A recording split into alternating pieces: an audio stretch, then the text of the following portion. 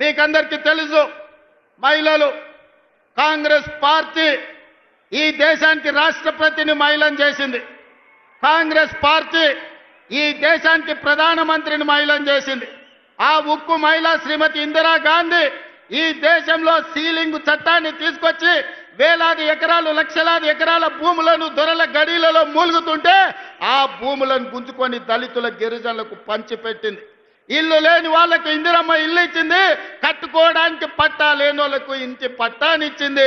దున్నుకునే వాడికి భూమి లేకపోతే దున్నేవాడికి భూమి అని గ్రామాలలో 25 లక్షల ఎకరాల భూమి ఇవాళ ఇందిరమ్మ ఇచ్చింది. ఆదివాసీలకు 10 లక్షల ఎకరాల పోడు భూముల పట్టాలు ఇచ్చింది ఇందిరమ్మ ప్రభుత్వం.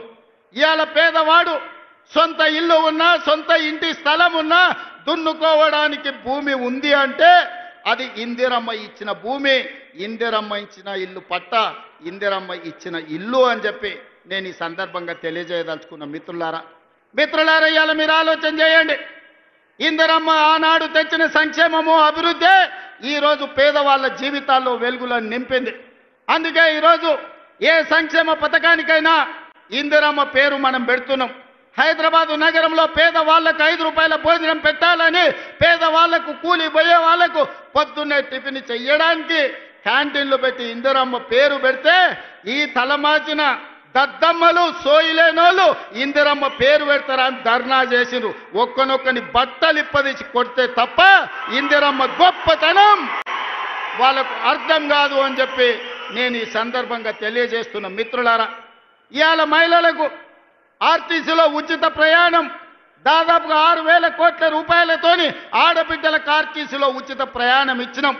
ఆర్టీసీ ఉచిత ప్రయాణమే కాదు, ఆడబిడ్డలకు 1000 బస్సులు కొనిచ్చి 1000 బస్సులు ఈరోజు ఆర్టీసీ కార్పొరేషన్కు ఆర్టీసీ బస్సుల యజమానులను ఆడబిడ్డల్ని చేసిన చరిత్ర మనది.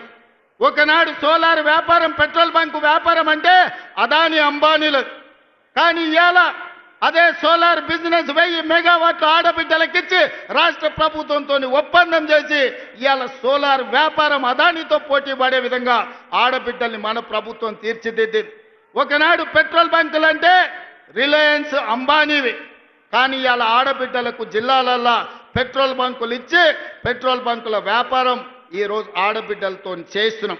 గ్రామాలలో ఉన్న పాఠశాలల్లో చదువుకునేది పేదవాళ్ళ పిల్లలే కాబట్టి ఆ పిల్లల తల్లులైన సెల్ఫ్ హెల్ప్ గ్రూపులకు సంబంధించిన మహిళలకు అమ్మ ఆదర్శ పాఠశాల పెత్తనం ఇచ్చి ఇవాళ బడి పిల్లల అటెండెన్స్ పంతులు తీసుకుంటే పంతుల అటెండెన్స్ మా పెద్దమ్మలు తీసుకుంటారు. పంతులు బడికి వచ్చిండా లేదా, ఈయన పిల్లలకు చదువు చెప్పిండా లేదా అని. ఆనాడు బట్టలు కుట్టే వ్యాపారం ప్రైవేటు కార్పొరేట్ కంపెనీలకు ఇచ్చిండు చంద్రశేఖరరావు. ఈనాడు బట్టలు కుట్టే వ్యాపారం ఆడబిడ్డలకు ఇచ్చినాం.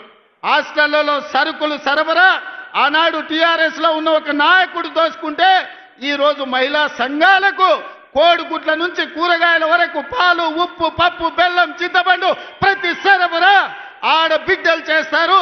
ఎందుకంటే వాళ్ళ బిడ్డలే ఈ సంక్షేమ హాస్టళ్లలో చదువుకుంటున్నారు.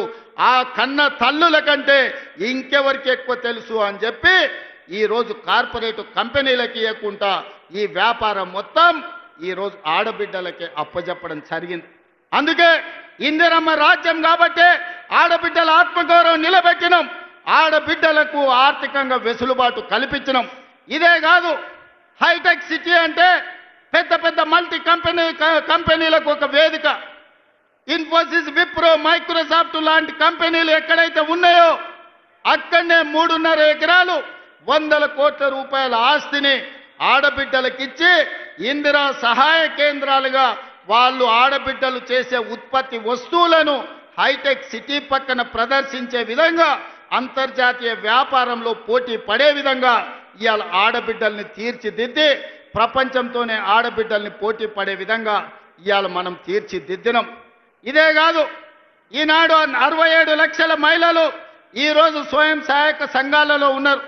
నేను మా బట్టన్నతోని, మా సీతక్కతోని, మా ఆడబిడ్డలతోని మాట్లాడిన రాబోయే రోజుల్లో తెలంగాణ రాష్ట్రంలో 1 కోటి మంది ఆడబిడ్డలను స్వయం సహాయక సంఘాలలో చేర్చి 1 కోటి మంది ఆడబిడ్డల్ని కోటీశ్వరులను చేయడమే లక్ష్యంగా ఈరోజు ప్రజా పాలన ఇందిరమ్మ ప్రభుత్వంలో మనం చెయ్యబోతున్నాం. అందుకే తండాలలో, గూడాలలో, మారుమూల పల్లెల్లో ఉన్న మా ఆడబిడ్డలకు ఈ వేదిక మీద నుంచి నేను విజ్ఞప్తి చేస్తున్నా, మీరందరూ స్వయం సహాయక సంఘాలలో చేరండి. మిమ్మల్ని కోటీశ్వరులను చేసే బాధ్యత మీ సోదరుడిగా మీ రేవంత్ అన్న తీసుకుంటాడు.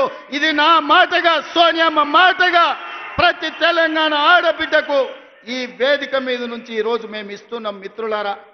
మిత్రులారా, మీకందరికీ తెలుసు, తెలంగాణ ఉద్యమం అంటేనే ఉద్యోగాల వేట.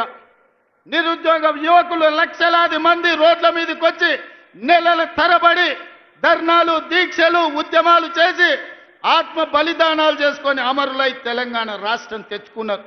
వాళ్ళు తెలంగాణ రాష్ట్రం తెచ్చుకున్నదే పీజీలు, పిహెచ్డీలు చేసి ఈ రాష్ట్రంలో డాక్టర్లు, లాయర్లు, ఇంజనీర్లు, ఐఏఎస్లు, ఐపీఎస్లై తెలంగాణ పునర్నిర్మాణంలో భాగస్వాములు కావాలి అని. కానీ చంద్రశేఖరరావు ఏమన్నాడయా? గొర్రెలు, బర్రెలు, చేపలు, పందులు మీరు పెంచుకోండి, పేదవాళ్ళ పిల్లలు గొల్లోళ్ళు గొర్రెలు పెంచుకోవాలి, మాదిగోళ్ళు చెప్పులు కుట్టుకోవాలి, ఎరకలోళ్ళు పందులు పెంచుకోవాలి, మా ముదిరాజు సోదరులు చేపలు పట్టుకోవాలి అని మిమ్మల్ని అందరినీ అక్కడ పొమ్మన్నాడు. ఆయన కొడుకు మాత్రం రాజ్యాలు ఏలుతారంట. ఇదే నా న్యాయం అని నేను అడుగుతున్నా చంద్రశేఖరరావు నీ వేదిక మీద నుంచి.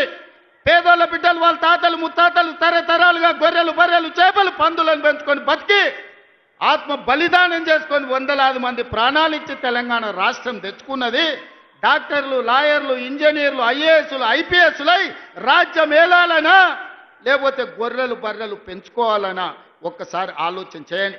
అందుకే మన ప్రభుత్వం ఏర్పడిన వెంబడే పెండింగ్ ఉండి నోటిఫికేషన్లు ఇచ్చి నియామకాలు జరగని ప్రభుత్వ ఉద్యోగ నియామకాలు మొదటి సంవత్సరంలో ఇదే ఎల్బీ స్టేడియం సాక్షిగా 60,000 ప్రభుత్వ ఉద్యోగాలు ఇచ్చిన నేను గర్వంగా చెప్తున్నా. ఇవాళ నేను సవాలు విసురుతున్న కిషన్ రెడ్డికి, కేటీఆర్కు, కేసీఆర్కు, నరేంద్ర మోడీకి, మొదటి సంవత్సరంలో మా ప్రభుత్వ ఉద్యోగాలలో 60,000 నియామకాలు చేపట్టింది. మీకు దమ్ము ఉంటే, ధైర్యం ఉంటే, చిత్తశుద్ధి ఉంటే మీరు సవాలు విసిరండి.